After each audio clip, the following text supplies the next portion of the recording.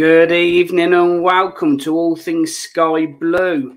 As you can see down the bottom, you can find us on TikTok, Instagram, X formerly known as Twitter, Facebook as well. We are partnered with the Anecdote Sports Bar at the CBS Arena.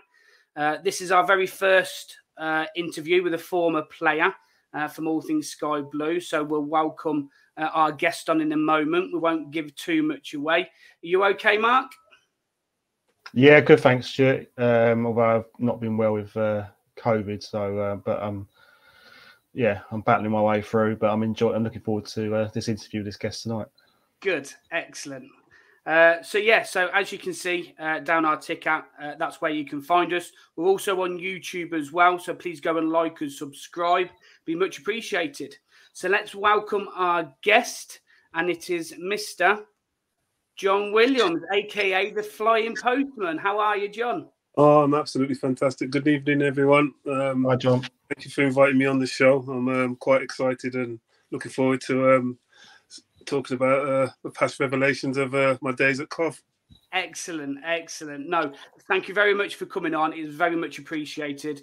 And, you know, I, for one, as a youngster growing up, watching my beloved Coventry City, and obviously hearing about the Flying Postman and how fast you were back in the day, I was much intrigued to watch you play and watch you run after the balls and stuff as a 12-year-old, 13-year-old lad.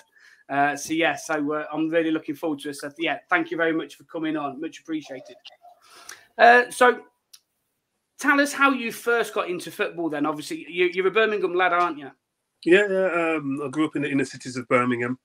And as I said, where I grew up was very competitive. There was it's a case of like everybody was talented. So you didn't think nobody was. So it was just the norm.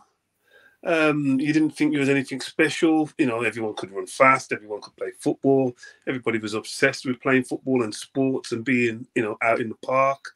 And, you know, there was a few sort of names whispered around who were, you know, from my era, who were quite talented. And, you know, coming from a junior school, we played a lot of local teams. And I think there's a team from Newtown where a lad played. And this lad was, you know, his name was whispered, and I never really knew who he was, but everyone was saying, you know, what a talent he was, and he played for the county and the district. And I think I played against a school called William Cowper, and we were in the semi-final of the cup. And you know, I've scored 2 goals, you know, and I was quite excited. And they brought this lad on for 5 minutes. He scored a hat-trick. Oh, wow! And, little did I find out who it was. It was Tony Daly. Oh wow! Blimey, what player he was, well. And you know, I've never seen anyone as talented, quick, and you know, he was really, really unbelievable when he was a young player, and he had a fantastic career. You know, despite the injuries and playing for the other team. You know, that was one of my first experiences of seeing someone who I thought was, you know, on a different level. Yeah. So how did you how did you get spotted? You know, because obviously I know you back in the day you had scouts following certain teams and certain players. Was that the same for you? Is that what happened with you? No, not at all. I sort of stopped playing football I always played for a team in Smethwick, where they had the likes of Carlton Palmer, Wayne Faraday, Keith Downing, Mickey Brown. There's quite a Jonathan Narbert. I'm not sure if Wayne Faraday came through, but I think he did. A team called Newton Albion in the Midlands. And I played for them. We were a feeder club for Shrewsbury. They sold Carlton to West Brom. We had a lad called Phil Priest who went to Chelsea, and he was on a 10-year deal. And he got injured. But yeah, we had some unbelievable talent. And that's where my football journey began. I played until I was 14. And, you know, as I said, parents passed away quite tragically. And I sort of stopped playing football. My mate sort of said to me, when I was about 18, we went to I went to watch my friend play in a trial down at where West Brom's training ground is now, the old Birmingham University near Walsall Road. Yeah.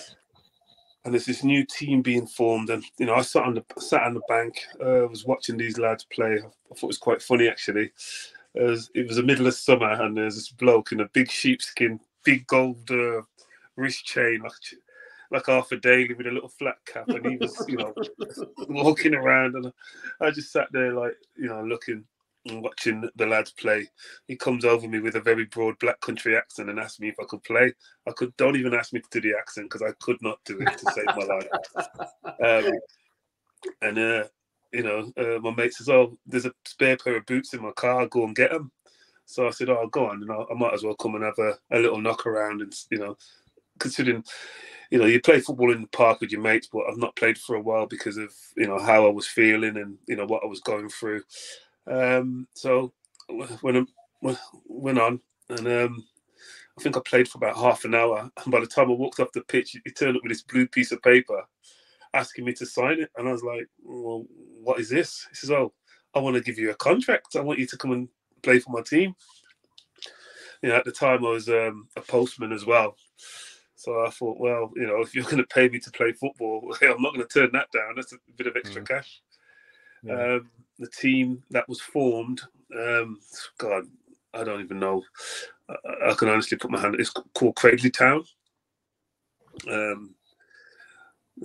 That year, that team came out of nowhere. They were, I think they sold 5 players to Football League over the period that they were there. There is also a funny story about a manager that went from there to Swansea for one day. Somebody sent me the article the other day, and I can't remember who it was. But that year, we had a striker called Andy McFarland. There's a left back called John Ford. We had an unbelievably talented goalkeeper called Alan Nichols, who went to Plymouth, and sadly, rest in peace, Nico, passed away at the age of 21 or 22. He was a colourful character. But we played Swansea in pre-season. First year, we absolutely wiped the board with every single team. We finished head and shoulders above everyone. We played some of the top teams in the country, and they couldn't believe how good we were, and how this guy in the sheepskin could pick talent and put them all together and make some money from selling them. In that first year, I think we sold a lad to Portsmouth for 10 grand, and then the following year, myself and John Ford went down to Swansea. It all came about because we played them in pre-season, and we absolutely humiliated them. Played them off the park. Frank Burrows, God rest his soul. After the game, he would not leave. He stayed at Cradley, and if you saw the streets there, the coach was on a bit of a tilt, just like the pitch was on a bit of a slope. Yeah. And he said, "I'm not leaving here until these two tell us that they're going to come up to Scotland and do a pre-season with us." I mean, just thinking those days, I was 21, 22. John was the same. We both had jobs, and we had to sort of. We were just young men starting our lives, and the fact there was a team in Division 3, which is now with the new money League 1. We sat down, and I said, "Well, what have we got to lose? Let's just go." So next day, me and John went up on they paid for a train fare up to Edinburgh. We got picked up. We stayed at Stirling University. Mm-hmm. So he said, "Look, I just want you to play a few games and then you can go back." I said, "Look, I could lose my job." He says, "Well, don't say anything." I says, "Well, what am I going to do? Just not turn up for work?" And yeah. But for me, things like this never happened. It was once in a lifetime opportunity to go and do something different, and to be picked to go on trial for a football league team.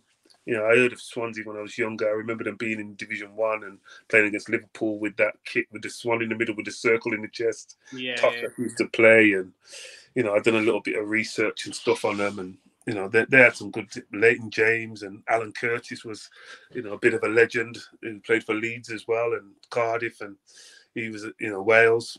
So I thought, oh, you know, why not? So I went up, played exceptionally well, met some of the lads. And then, you know, after a week, me and John, you know, we came back. And then all of a sudden, you know, by the summer, the end of the summer, they put in a bid of £10,000 for both of us. And John Ford would turn around and say that they really wanted him and they got me for nothing. But yeah, brilliant. So, you know, in my head, you know, I was a kid from the inner cities. I was very naive. So when it was all going on, I just thought, well, you know, how the hell am I going to get to Swansea from here? It's a long way. Yeah. And he says, you're going to have to move down. I went, that's what? That's not what you said. So, yeah, God, I didn't even know the first thing about negotiating a contract or anything like that. John Ford, he was my agent, to be fair. You know, I didn't care about money. I just thought this was just an opportunity to go and play something that I really loved, and, you know, a challenge for me to enjoy myself. And, you know, I was very naive, and it got me out of the inner cities, and I was very grateful, to be honest, to get the opportunity to go and play football at a professional level. Yeah. So that was, you know, how I got found and scouted. Fantastic. That was going to be sort of my question. One of my questions was, you know, because a few sort of Premier League players, if you like, have come out just recently, to be fair, and said that they don't actually like football. They just play it because they've been quite good at it. And, you know, they can make money out of it, but they're not really bothered about football. Would you say that you were a lover of football? Do you still love football? Did you love football back then, or is it just something that you fell into? I've always been obsessed with football. I absolutely adore and I'm in love with football. It's in my blood. It's in my heart. It's something that I couldn't, you know, for me, being a footballer was something I didn't think would ever happen in my wildest dreams. Yeah. So I embraced every moment, and, you know, I played every game as if it was my last. And, you know, to live the life, and, you know, to have that, you know, and, you know, look back and think, you know what, I played 502 league games. I may have played in every single division. I've done the job, and something that was my hobby, something that I loved and something that I adored, and I did it for a living. And it fills me with joy even talking about it right now. Excellent. That's what I like to hear. I thought, you know, me and Mark are probably in the same boat. You know, we love football, but unfortunately, I certainly wasn't anyway. I wasn't good enough. I got to a level, but I couldn't get to the next, unfortunately. But yeah. So how did the move to Coventry City come about then? From your because you played. Did you play 39 games for Swansea? You scored 11 in my first season. Yeah, that was my first season in league football. Leading up to that, you know, the manager put me up front. He sort of eased me in, and, you know, he said to me, "Oh, you know, you got to get your legs used to playing league football and training every day." You know, when I first got there, my calves were rock solid. I couldn't walk half the time. So, you know, played against I think it was Reading and I started the first match against Bolton. We drew 1-1. The second game against Reading, you know, that was when I got on the ball, ran from the halfway line, smashed it in the bottom corner. I ran to the crowd, and just a wave of fans came like flowing down. It was quite fearful but exciting at the same time. It was just like the North Bank just sort of took to me straight away. You know, for me, it was a challenge and something that I really loved. And I played the whole season out of 46 games. I think I played 39 games, scored 11 goals, played in the Welsh Cup, scored a few goals there, and finished the top goal scorer. But what got me the move to the Premier League was Bobby Gould was the manager of West Brom. And we played them at the Hawthorns. I always had felt very resentful against a lot of the team in the Midlands that overlooked that there was their own talent in their city, and we had to go so far afield to get recognition. So West Brom were one of the favourites for promotion, and they had Graham Roberts, who was Tottenham and ex-Rangers playing. They absolutely annihilated us. It was it was 2-0 half time. Absolutely battered us. Came out second half, and I made a hat-trick of goals for our substitute, Steve Thornbow. We beat them 3-2. And what I always remember was, I think someone must have mentioned it. It was either the game that we were at or the game after. There was a coffin with Bobby Gould, rest in peace, going around the ground. All the fans had it. It was absolutely hilarious. And I think Bobby Gould didn't take kindly to me sort of causing him to get the exit at West Brom. So I think he was sort of intrigued to see if I was like that every week. And he came down to Swansea, and there was a lot of speculation. I was quite protected. Frank was like a father figure. He kept me sort of away from the media, the newspapers, and never did any interviews. He protected me and just made me play football and do the job that I loved. And then I think Bobby Gould got the call from Don Howe, and during the summer, I don't know how to even look at this now. I had a phone call from Frank, and he said, "Look, I don't know how to tell you this, but I'm going to have to let you go." And I just started crying. Oh. And I said, "Well, what do you mean?" He says, "You're going back to Birmingham. A team from the Midlands has just offered money that we couldn't turn down." I told him that I didn't want you to go, but he still had a lot to learn and a lot of coaching, but the money was too much to turn down. So you get yourself up to Coventry and tell them how much money you want, and keep in touch. I didn't even know what to do. I just said, "Oh, okay." I thought it was a joke. So I went up to Coventry. I met Bobby Gould, and he said, "Oh, no, you don't like talking about money." I was like, "Okay." And then, he negotiated my own contract for me. But I was grateful because it wasn't about money. It was like, hold on, I played in the Premier League. I was going to get playing against players that I watched on the television, and I thought, wow, I couldn't believe it. And the money that he offered me, I didn't accept it because it was good, bad, or indifferent. It was life-changing money for me at the time. Yeah. And I was a young lad who just come out of non-league, and I was on 3-4 times the amount of money, and with the bonuses, I was on 10, 15 times more. Yeah. So it was about, getting the opportunity, and that's how I got spotted. Because of Bobby Gould's demise and rise at the same time, instead of falling down, he fell up to the Premier League and took me with him. And it's not many times you fall up. No, definitely not. Definitely not. In your first season with Cov, though, you did play with some. You played with some quality players, didn't you? Unbelievable. Just a couple of them. Mickey Quinn, Love, Wegley, and obviously the main stalwart of Coventry, who's still co-commentating now in Oggy. Oh, Oggy is a living legend.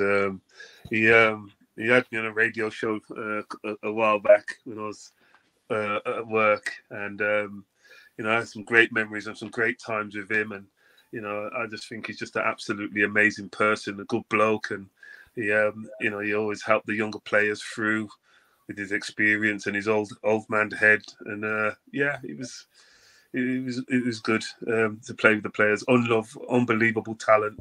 Roy Wegley, give him a mention.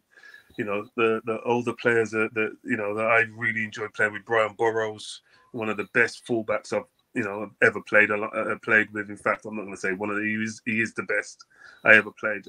I felt so secure with him behind me and the advice and the guidance, and I just thought he was very underrated right back. But for me, he's one of the best I've ever played alongside. So that was it really. Yeah, how from coming from you know, a non-league background, how did these already established players, how did they take to you? That was a thing.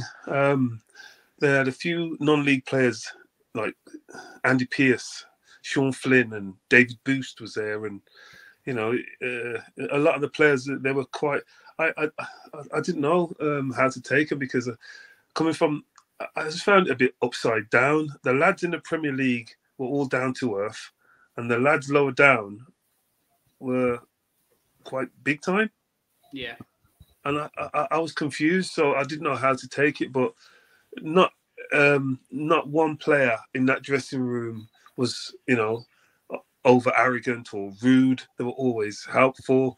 You know, there's the odd few who were quite aloof and established and, you know, looked out for themselves and cared about their own careers, but that's understandable because they had families to look after and look out for. But that group of lads were very unified, and it was a brilliant place to be. And, you know, we were like a proper family, and that was instilled by Bobby Gould at the time. Right or wrongly, whether a lot of the lads didn't like him or did like him. Not everyone's going to like the manager who doesn't rate you or didn't bring you into a club, and it happens all the time.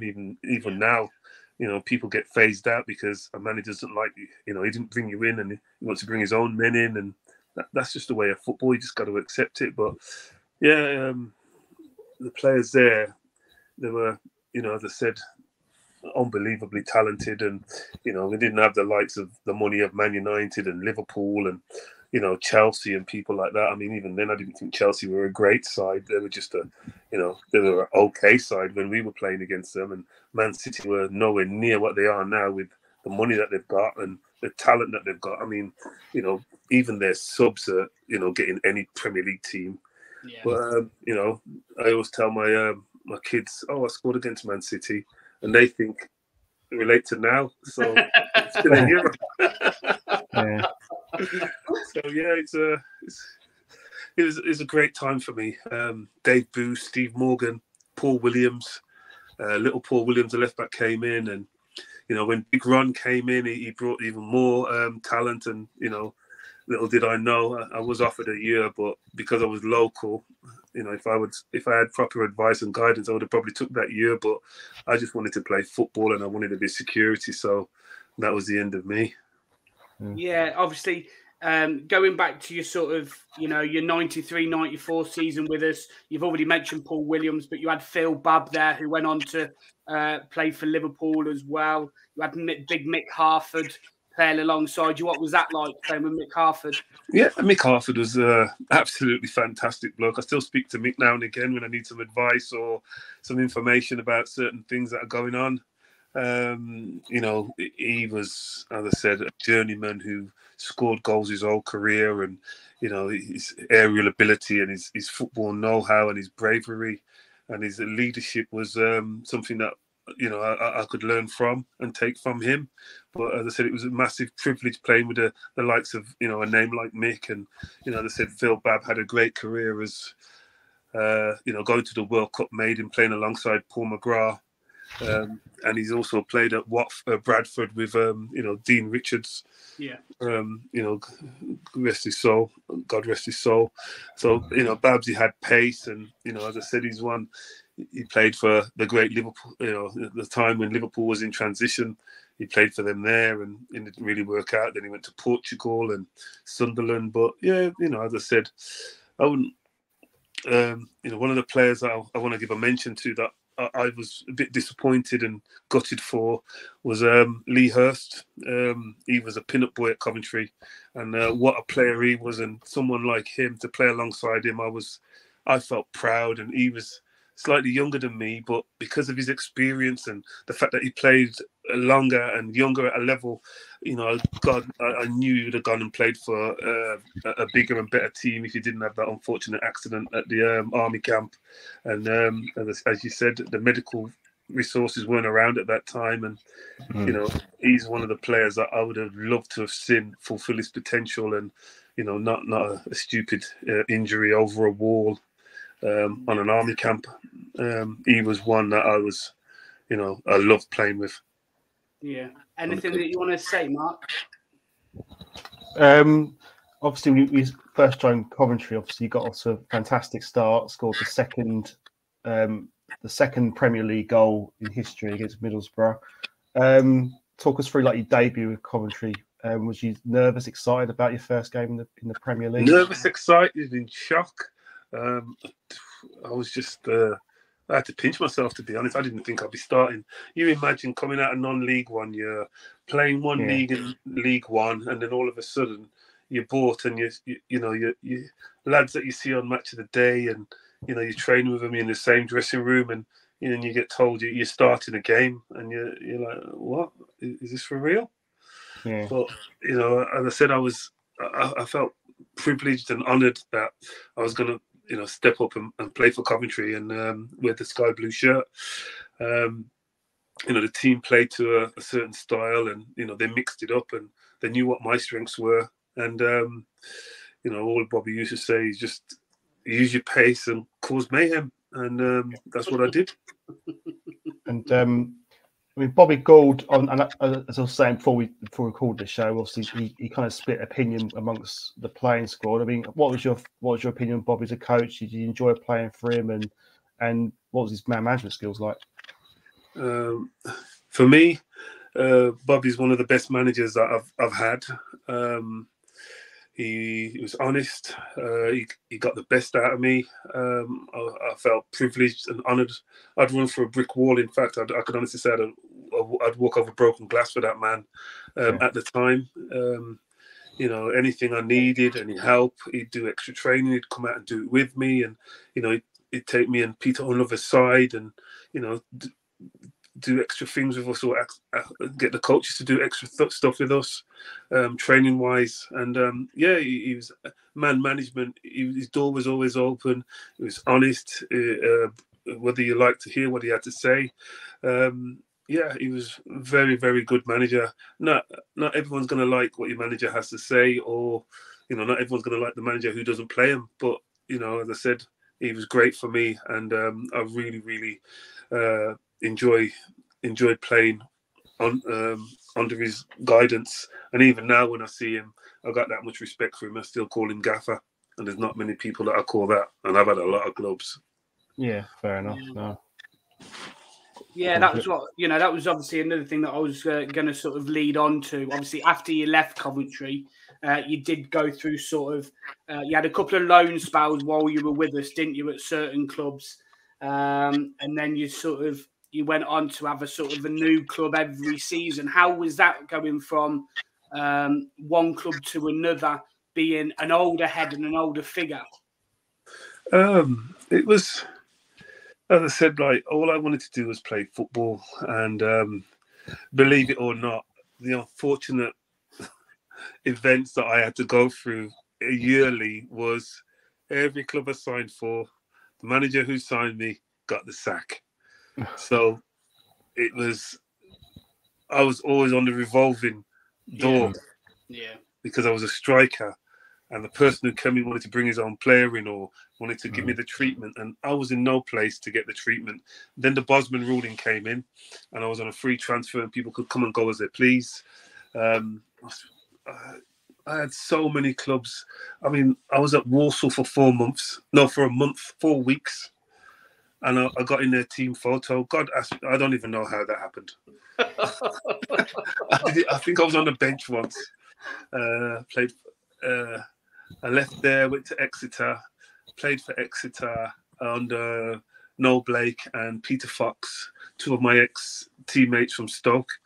They thought it was more valuable because Steve Black was younger, scored a few goals, and Darren Robotham was a local boy from down there. He scored a few goals.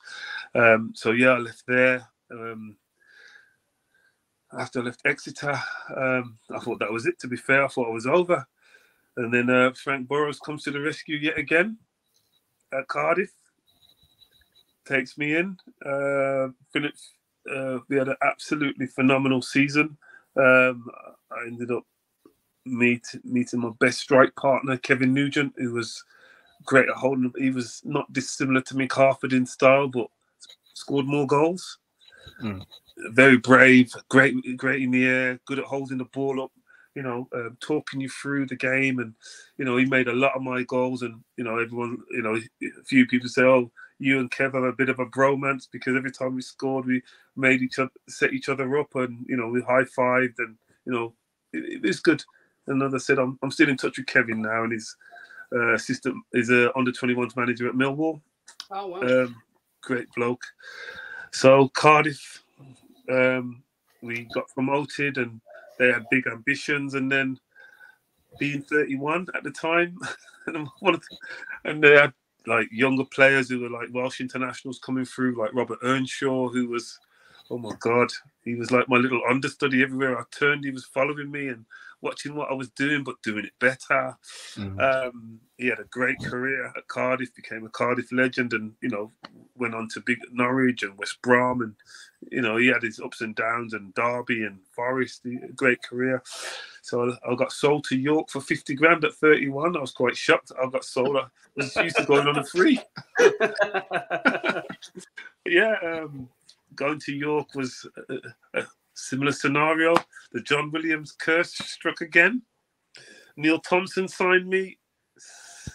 The team didn't do so great. Had some really mediocre players. Neil Thompson gets a sack. Some other idiot comes in. I don't even know his name. Drops everybody out of the team. And then I leave again. Go to Darlington. There's a story in that one, but I won't tell you about that. That was a bit the weirdest scenario I've ever come across in my life. Okay. George Reynolds. Is it George the chairman? Yeah, George Reynolds. Yeah, that rings a name. Yeah. That was an experience. And then signed there, and then I thought Gary Bennett was in charge. Dave Bennett's brother, Coventry link, great bloke, good manager, very spoken, lovely guy. Left there, and then I went to America with my family, and I thought, this is it now. I'm at 31, 32. In fact, I probably think I'm 33. This is the end of my career now. I ain't going to get another club. So went to America. Let's just say I enjoyed myself a little bit. Got a little bit heavy after 2 weeks. I was over there. I came back, and there's a answer machine message on my phone from a manager, and it was the funniest thing. I was like, "This is wind up." John Hollins. Oh yeah. Told me, come straight down to Swansea. There's a piece of paper that needs signing for you. 2-year deal. And I was like, wow, yeah. So straight down, went to Swansea again for the third stint. Got there. John Hollins, what a bloke. Management. He's somebody that you wanted to play for. I don't know what was going on at the time with the board and behind the scenes at Swansea, but everything didn't seem right. I signed my contract. I think 3 or 4 weeks later, guess what? John Hollins gets the sack. John Williams' curse strikes again. Yeah. So then I think Alan Curtis takes over with one of the other players. Then they get moved on. Colin Addison comes in with someone called Peter something. I don't know his name. And then he gets the sack. And that was the old, I think, Tony Petty saga, where this bloke came in and bought the club for 1p. Never paid the players. I mean, he came in on Boxing Day, sat in the stand. This man looked like somebody that you'd see walking down the street, hitchhiking. He had a jacket on, a little gold chain, and a shirt open in the middle of winter. He comes in the dressing room with a briefcase with all the takings from the game, and says, "See you, lads, I'm going back to Australia." Yeah. Oh, no. How does that work? So, good thing we had one of the top guys in the PFA and a highly respected person that I've got a lot of time for, Nick Cusack, who fought for the club and kept us alive, to be honest. He got the manager's job for a little while, and he worked diligently with Graham Taylor. Is that the PFA rep, the union man? Yeah. Gordon Taylor, you're thinking of? Gordon Taylor, yeah. And Yeah. kept us afloat. And then I think Brian Flynn took over, and other things were so bad at the club, and we had to go to the last game of the season, and we stayed up. So then again, I went through 4 managers in probably 2 years. Brian Flynn wasn't a fan of mine as a player, but he was his own man, and he had a great career, and he liked a certain style of football. And in all fairness to him, he started the Swansea loner style, where Swansea was similar to Barcelona with the likes of Leon Britton, Alan Tate, played with those guys, Roberto Martinez, Kevin Nugent, Lenny John Rose, God rest his soul, Lee Jenkins, Mickey Howard. We had some, really, really good players who kept the club afloat, and some of them have gone on to bigger and better things, like Leon and Roberto and Alan Tate now as the assistant manager at Forest. My journey, as I said, as much as I've been a journeyman, I've met some great people, great managers, and I put my hand on my heart. Coventry were one of the clubs that I do hold dear, and I fulfilled staying there to the full length of my contract, even though I still did have 3 managers there. But I always go to Coventry now, watch games, and do the radio, and I always feel privileged and honoured there, and part of the family still. So I do love the club. Good, because we love you too, John. We love you too. Obviously, you retired at 40, didn't you? 42, yeah. 42. So when because obviously there's a big obviously there's so many kids out there that are getting released at such a young age, and they don't know what to do. What age did you think to yourself you need to look beyond football, and who helped you, guide you, or was it just a sudden thing when you left football? For me, it was hard to pick a career, what I wanted to do. So I needed something to sort of cohabit with my football, where I could go training Tuesday and Thursday and play on a Saturday. And I didn't have a trade. I wasn't highly intelligent or super academic.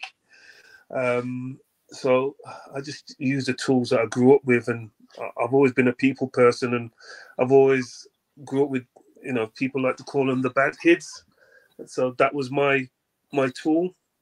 So I became a mentor, supporting kids that like myself, because I lived the life, I knew what it was about, and I'm still doing it now. And I work as a mentor in supported living with kids who have been in care and a bit disadvantaged, and asylum seekers as well, support and guidance, and that was my gift. And I went into that 15 years ago, and that sort of fell in alongside my football, and I'm still doing it now with my football. With your football, are you still playing? Are you? No. I played in a charity match for my mate Jason Bowen, who's just been diagnosed with motor neuron disease. Okay. I played a charity match, and guess who the game was against? Swansea versus Cardiff. So I had to play for both teams, and I didn't get any stick again, so I was quite happy. But yeah, as I said, it's when called upon, and it's time to do things that are for people in a less fortunate state than myself. I'm more than happy to come along and help them out. Coventry, we do play some charity matches as well, and for Cov, and I do go a lot of the events that I can make with the former Players Association. Yeah. Give them a mention. But yeah, it's hard. You have to have something that you value, and if football's in your heart, you still want to play. You just go and play. But you also have to have something to fall back onto. And you saying to me that all these people that come out with, I don't really want to play football because it's only there for the money, that they shouldn't really be playing football if it's not something that you're passionate about and something that you're not really interested in. Go and do the things that make you feel passionate. Go and do the TikTok and the Instagram and whatever it is, that, or YouTube or whatever it is, just go and do that, because there's kids out there that live and die and they're not getting the opportunities like these so-called players who don't want to do it. If you don't want to do something, don't do it. Give it to the person who's got it in their heart to fulfill their dreams. Yeah, totally agree. Totally agree. Anything you want to add, Mark? I mean, I think we discussed it before the show started about, you know, games you've been watching Coventry play. What's your thoughts on the current sort of team this season in terms of Mark Robbins? After that cup final, it broke my heart. I haven't been back. Yeah. I'm planning to go over the Christmas period. Hopefully go to the Legends Day as well. But I don't know, the fact that, like, I didn't think Luton were great. I didn't think Coventry were great. But you know, to get that far and not do anything about it left a bit of a sour taste in my mouth. And I felt for Robbo and AD Vivash. Yeah. That the lads didn't turn up on that day, and maybe it was nerves, or, you know, look at the following that Coventry had. Look at all the fans that turned out on that day. You know, I went there for a historical moment, hoping that we'd turn them over, and you know, they lost to a bunch of workmen and got bullied, and it left me a bit deflated, to be honest. Yeah.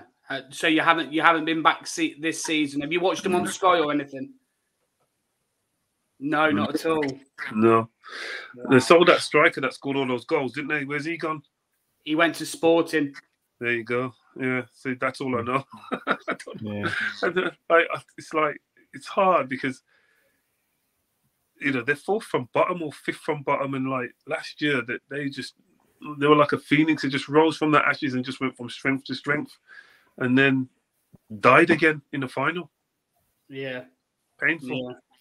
Yeah, it is, and you know, obviously we do a Twitter space on a Sunday night, and you know, what I constantly say is I don't mind if we lose, but the performance has got to be there. Yeah. You know, and at the moment the performances have just been sort of dwindling down and getting worse and worse. And you know, for me, something's got to change. I would like to see a change in formation personally, but it's you know, Robbins is quite stubborn, isn't he? He likes his set ways and does things in his own way, which is fine, you know, because you live and die by your sword, don't you, when you're a manager? So yeah, 100%. You know, but yeah, I would like to see something changing. You know, I was quite shocked that he went for one up front with Hadji Wright at the weekend. Right. But yeah, it's something's got to change, I think. Anyway, anything you want to add, Mark? Well, hopefully we get a change of fortune for Saturday against Preston, which would be nice.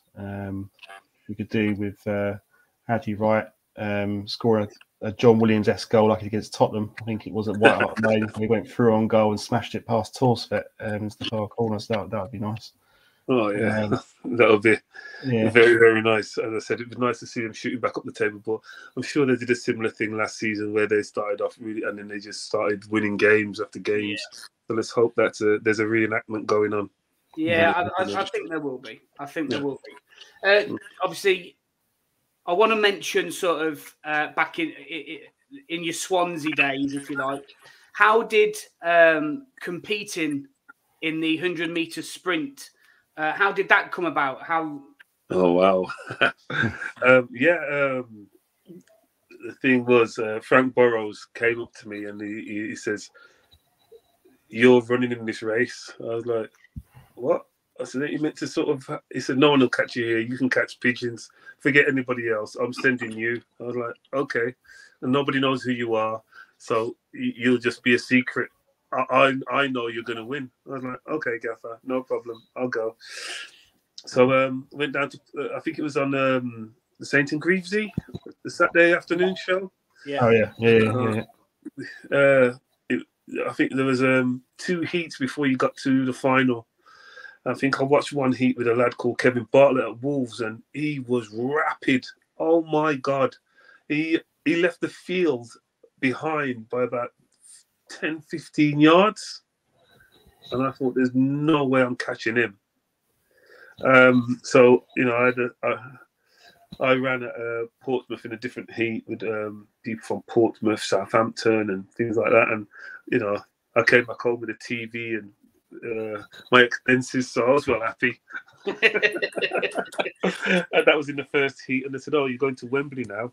It was a company called Rumbelows, who I think they were Currys and Comet or something like that. Right. They went bust. But what was funny on the day, I did an article for 442. I scored against Darlington the night before. It's John Ford's birthday, and he said, "Oh, I'll drive you down. I'd like to come and watch the final." It was Man United versus Notts Forest in the final. Yeah.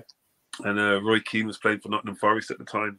And we went down, and I scored a goal against Darlington on Saturday. Got off the coach. Got in John Ford's car. We drove down to Watford in a mini metro. Oh my God. The car was a bit of a bone shaker, but we got there. And as soon as we got to the hotel, they said, "Oh, it's a free bar and you get something to eat."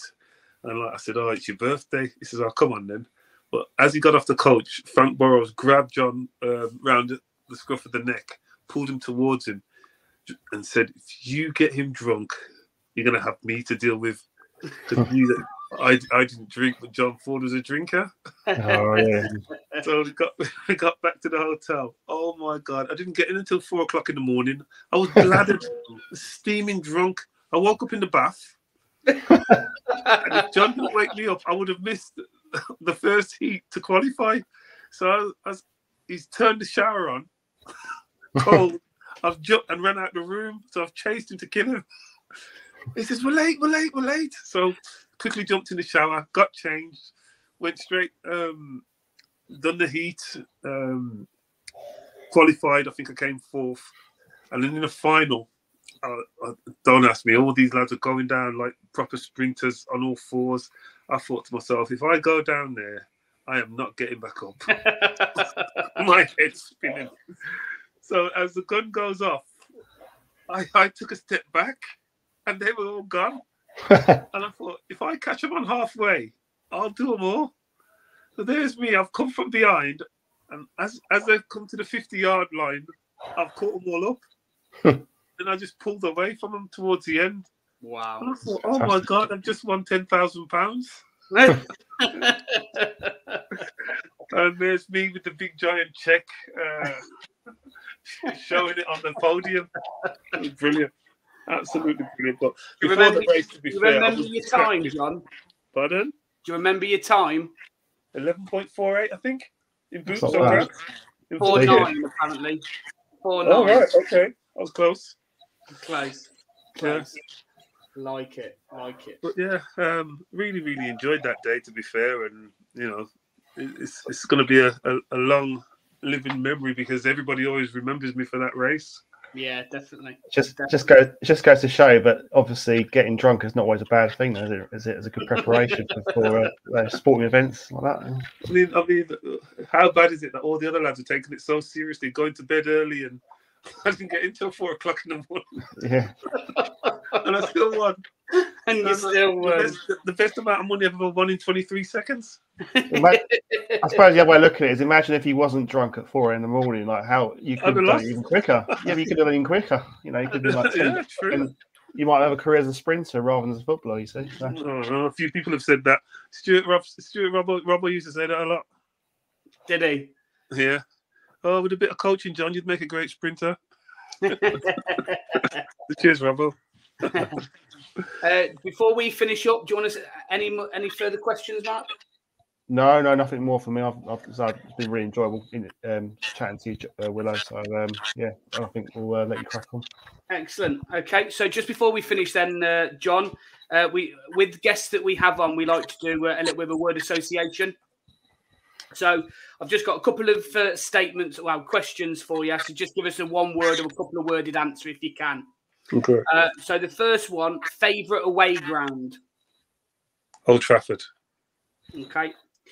Coach that you've learnt the most from? Frank Burrows. Okay. Best trainer in a Coventry City side? Steve Morgan. Okay. player that could match you for pace at Coventry or Swansea or wherever you've been? Usain Bolt. Usain Bolt. Good answer. I like that answer. No one. Okay. And the last one, Highfield Road. Fantastic. Lovely. Absolutely fantastic yourself. Right. Thank you very much. Just as I close off, don't shoot off at the end and we'll just have a little bit of a chat after. All Brilliant. right. Okay. Thank you. Thank you very much. Right. So this has been All Things Sky Blue. You can catch us on Twitter, X formerly known as Twitter, Facebook, Instagram, YouTube and TikTok as well. Please go and like and subscribe. This has been the interview with John Williams, AKA the Flying Postman. Thank you very much, John. Thank you very much, Mark. And we'll speak to you soon. Thanks for having me. Cheers.